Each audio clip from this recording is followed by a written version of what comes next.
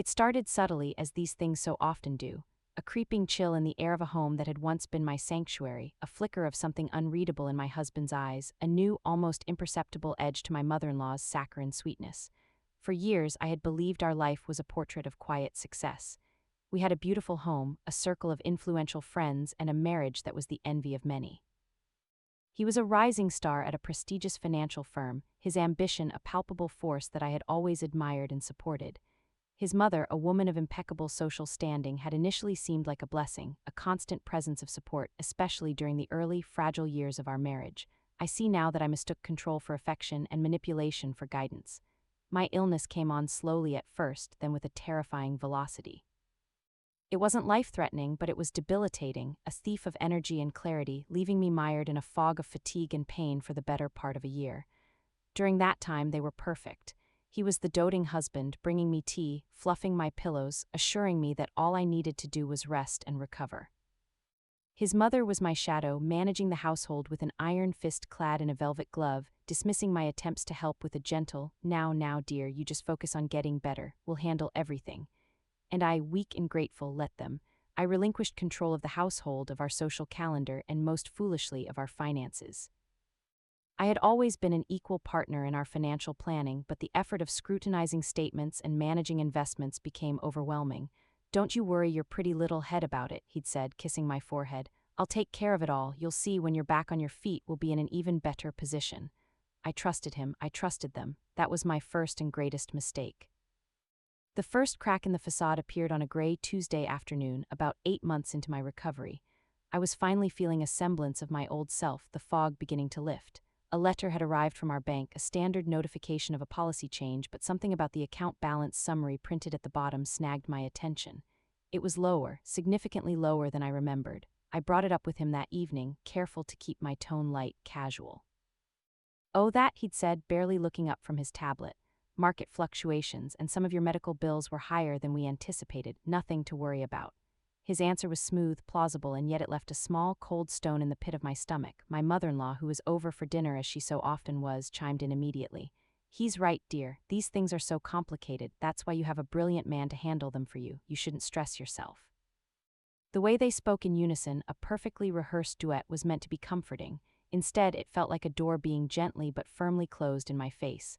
The cold stone of unease began to grow. I started small, reclaiming my access to our online banking portals, an act that felt strangely illicit. I told myself I was just being prudent, getting back into the swing of things. But deep down, a darker suspicion was taking root. The first thing I noticed was the frequency of the withdrawals. Large, round sums of money moving out of our joint savings account on an almost weekly basis. Not for bills, not for investments, I recognized. Just gone. The descriptions were maddeningly vague: bank transfer, external account payment. I traced the dates. The transfers had started the month after my diagnosis became serious, the month I had effectively retreated from the world. They had escalated as my condition worsened. For every week I had spent in bed, a piece of our future had been carved away. My heart hammered against my ribs as I opened the statements for our investment portfolio, the money we had earmarked for our retirement, for the future children we had planned. It had been systematically liquidated. Stocks sold, bonds cashed out, piece by piece, month by month. The sheer scale of the depletion was breathtaking. It was financial carnage. And I, the trusting, sick wife, had slept through the entire massacre. The cold stone in my stomach had become a jagged shard of ice. This wasn't market fluctuation. This was a deliberate, methodical draining of everything we had built together. But where was it going? Who was the recipient of our life savings? I spent the next 2 weeks in a state of controlled panic, living a double life. By day, I was the recovering wife, smiling, making plans for the future, complimenting my mother-in-law on her choice of flowers for the living room. By night, I was a forensic accountant, fueled by caffeine and a growing rage, piecing together the digital breadcrumbs of their betrayal. The money was being funneled through a series of shell accounts, a clumsy attempt at obfuscation that a professional might have found laughable, but to my untrained eye it was a dizzying maze. But they had made a mistake. A single, recurring transfer, smaller than the others, was made from one of the initial shell accounts to a credit card. A high-end premium card. It was a thread, and I pulled on it with everything I had. It took a carefully worded phone call to a friend who worked in credit risk, a favor I would have to repay tenfold, but I got what I needed. The name on the credit card account, it wasn't his. It wasn't his mother's. It was a woman's name I had never heard before. That night, lying in bed next to the man I thought I knew, the man whose breathing was even and deep in sleep, I felt a profound and terrifying clarity. The chill I had felt for months was not a figment of my imagination. It was the absolute absence of love, of loyalty, of everything I thought our marriage was built on. He wasn't just my husband, he was a thief. And his mother, my supposed caretaker, was his accomplice. They hadn't just stolen our money while I was sick. They had stolen it because I was sick. My vulnerability had been their opportunity. My fight for health had been the perfect cover for their secret war against our shared life. I stared into the darkness, the screen of my hidden laptop casting a faint glow on my face, the strange woman's name burning in my mind. The grief was a physical thing, a crushing weight on my chest, but beneath the grief, something else was stirring. It was a cold, hard, and utterly unfamiliar feeling. It was the first spark of rage. I now knew that our savings were gone. I knew they had been funneled away with practiced ease, but I still didn't know the most important part of the puzzle. Who was she, and what was her role in the demolition of my life? Finding out would be the next step, but I already knew with a certainty that settled deep in my bones that I would not be confronting them with tears and accusations. Oh no. When the time came, there would be no dramatic, tearful showdown in our pristine living room. Their downfall would not be a private affair, it would be public, it would be spectacular, and it would be a masterpiece of my own making. The name was my key, a simple, elegant name that belonged to a ghost. For 3 days, I searched for her online, through social media, public records, anything I could access. Nothing. It was as if she didn't exist in any official capacity, which was impossible. No one is that invisible unless they're trying to be. They had been clever, I had to give them that. The credit card was likely under a variation of her real name, or it was a calculated dead end. But the money itself was not a dead end, it had to be spent somewhere. I shifted my focus from the person to the pattern of spending. I meticulously went through every single transaction on that premium credit card statement, which I had managed to get a copy of. The charges painted a vivid picture of a life I couldn't have imagined. There were purchases from designer boutiques on Rodeo Drive, 5-star hotel stays in Napa Valley, bills from exclusive spas and wellness retreats that cost more per night than our mortgage payment. There were airline tickets, first class, of course, to Paris, to Bali, to St. Bart's. This wasn't just an affair, this was a complete, parallel life, funded by the money I thought was securing our future. It was a life of opulent leisure, lived while I was rationing my energy just to walk to the kitchen. The anger I felt was so pure, so potent, it almost felt cleansing. It burned away the last vestiges of grief and left behind a diamond-hard resolve. I hired a private investigator. I found him through a discreet referral from a lawyer I knew socially. He was a quiet, unassuming man who specialized in complex financial infidelity cases. I met him in a sterile coffee shop halfway across the city, my hands trembling slightly as I passed him a folder containing everything I had found. I gave him a single objective: find her, find out everything.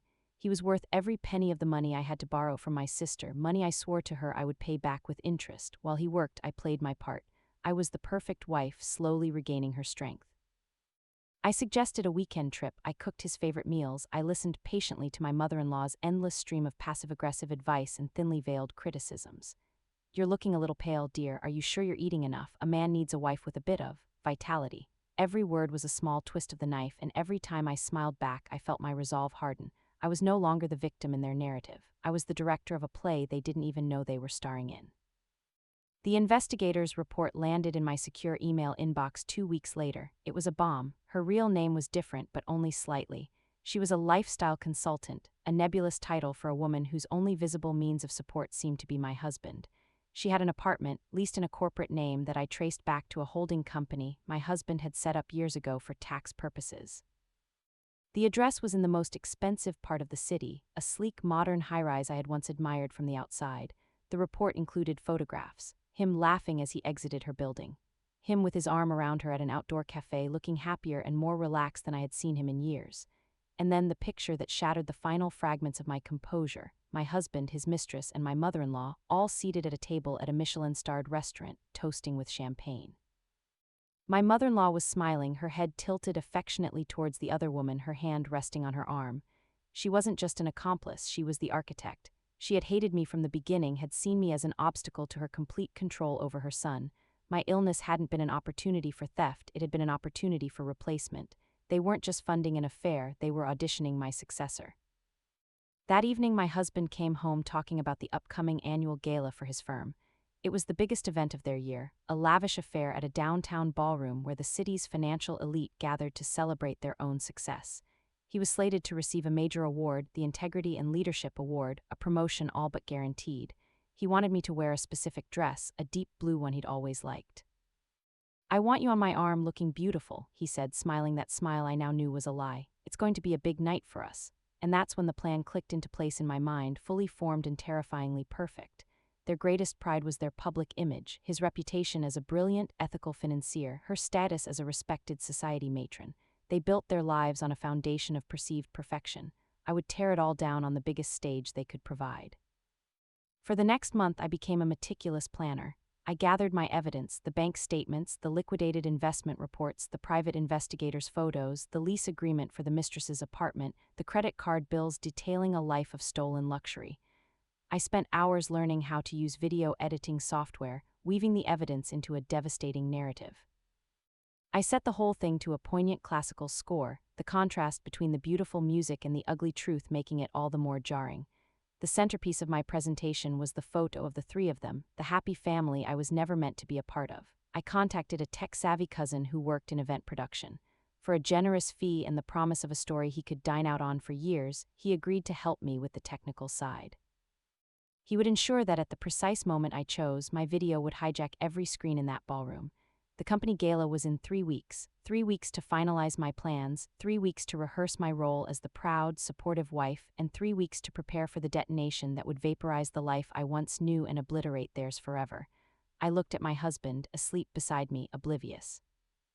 He was dreaming of his award, of his promotion, of the perfect future he had built on the ruins of mine. He had no idea he wasn't climbing a ladder to success. He was walking the plank on a pirate ship, and his mother had been the one to draw the map. I was about to summon the storm. The night of the gala arrived, cloaked in the crisp, electric air of an autumn evening. I stood before the full-length mirror, a stranger in a dress I knew intimately. The deep blue fabric clung to me, a silent testament to the weight I had lost, not from illness but from the corrosive acid of betrayal. My face, once pale and drawn, was now a mask of serene composure, expertly painted with makeup that concealed the sleepless nights and highlighted the cold fire in my eyes. When he saw me, he smiled, a genuine, appreciative smile that once would have made my heart flutter. Now it was just data. "You look breathtaking," he said, fastening a diamond necklace around my neck, a necklace I now knew was purchased with funds from a liquidated bond meant for our first home's down payment. I smiled back, a perfect, polished reflection of his own deceit. "Tonight is all about you," I said softly. "I'm so proud." His mother was waiting for us in the lobby of the hotel, a vision in silver lace, her expression one of triumphant satisfaction. She fussed over her son's tie, then turned to me, her eyes sweeping over my form with critical appraisal. "The dress is lovely, dear," she said, a subtle emphasis on the dress that implied the wearer was perhaps less so. "You must be so thrilled for him. He's worked so hard to build a life of integrity." The irony was so thick it was almost suffocating. I simply nodded, the dutiful daughter-in-law, the supportive wife. We were a perfect family portrait of lies. The ballroom was a glittering cavern of crystal chandeliers and hushed power. We moved through the crowd, a unit of success. He was greeted with backslaps and handshakes, she with air kisses and admiring glances. I was the quiet, elegant accessory on his arm, nodding and smiling as he introduced me to his colleagues, his bosses, the titans of their industry. I watched them all, these people who admired him, who trusted him, and I felt a pang of something akin to pity. They were all about to be collateral damage in a war they didn't know was being waged. I excused myself during the appetizer course, my heart a steady, rhythmic drum against my ribs. In a small alcove near the service entrance, I met my cousin. He was dressed as a technician, a laminated badge clipped to his shirt. "Ready," he whispered, his eyes wide with a mixture of excitement and fear. I handed him a small, encrypted USB drive. "The main presentation is preloaded on their system. This is the key. When you see me tap my wine glass twice with my fingernail during his speech, activate it. It will override everything. You have exactly 90 seconds from activation to be out of the building." He nodded, slipping the drive into his pocket. "This is going to be legendary," he breathed, before disappearing into the labyrinthine corridors of the hotel. I returned to my seat just as the main course was being cleared. The CEO of the firm was on stage, beginning the preamble to the awards ceremony. My husband shifted in his seat, straightening his jacket, a nervous, excited energy radiating from him. His mother reached across the table to pat his hand. "Our boy," she mouthed to me, her face glowing with pride. Finally, his name was called for the Integrity and Leadership Award. The room erupted in applause. He stood, kissed me on the cheek, a cold, dry press of lips, and made his way to the stage. He accepted the heavy crystal trophy, his smile broad and confident as he stepped up to the podium. The two massive screens flanking the stage showed a live feed of his beaming face. "Thank you," he began, his voice resonant and clear. I am truly humbled. Integrity, leadership, these aren't just words to me, they are the bedrock of my life, both professionally and personally. They are values instilled in me by my incredible mother. He gestured to our table, and the camera zoomed in on her beatific smile, and supported every day by my wonderful, loving wife. He paused for effect, letting the sentiment hang in the air. This was it. I picked up my wine glass. My hand was perfectly steady. I tapped it once, then twice. On the screens behind my husband, his face vanished. It was replaced by the opening slide of my presentation in stark white letters on a black background, "The True Price of Success." A confused murmur rippled through the audience. My husband faltered, turning to look at the screen. His smile froze, confusion clouding his features. Then the first image appeared, a scanned copy of our joint savings account statement, showing the initial, massive withdrawal, dated the week I was admitted to the hospital for complications. The classical music began to swell, beautiful and haunting. The slides began to change, a relentless, damning rhythm. The systematic liquidation of our portfolio, the complex web of shell companies, bank transfers overlaid with annotations showing their destinations. Then the photos began, his mistress stepping out of a new convertible, the two of them dining on a sun-drenched terrace in Italy. The credit card statements appeared, line by line, purchase by purchase, a litany of obscene luxury. The murmuring in the room had ceased, replaced by a stunned, absolute silence. My husband stood at the podium, paralyzed, his face ashen. He looked out at the crowd, then at me. I met his gaze, my expression a placid mask, and took a slow, deliberate sip of my wine. Finally, the culminating image filled the screens. The photograph from the investigator's report, my husband, his mistress, and his mother, all laughing together, raising their champagne glasses in a toast. The date of the photo was watermarked in the corner. It was my birthday. A collective gasp went through the ballroom. His mother at our table made a small, strangled sound, her face a grotesque mask of horror.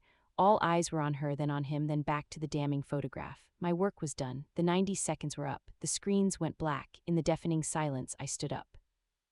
I placed my napkin neatly on the table, picked up my clutch, and without a single glance at the two people whose lives I had just incinerated, I walked out of the ballroom. I didn't run. I walked with a steady, unhurried gait, my heels clicking on the marble floor, each step an affirmation of my own liberation. The aftermath was swift and brutal. He was fired the next day, the scandal wiping out his career in a single, explosive instant.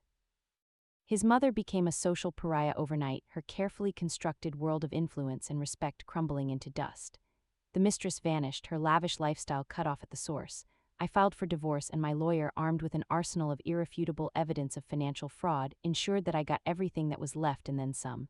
I sold the house, moved to a new city, and started over, not as a victim, but as a survivor. They tried to fight, of course. There were threats, desperate voicemails, attempts at manipulation, but they had no power over me anymore. I had taken their most potent weapons, their secrets and their reputation, and turned them into instruments of their own destruction. They had underestimated me. They had seen a sick, weak woman, and they had failed to see the strength forged in that fire. They thought they were smarter, stronger. But in the end, they were just thieves, and I was the one who turned on all the lights. Thanks for listening to this story. Now I want to hear your thoughts in the comments. Your experience might be exactly what someone else needs to hear right now. Share this story with your friends, and don't forget to leave a like and subscribe to Revenge Laura for more episodes.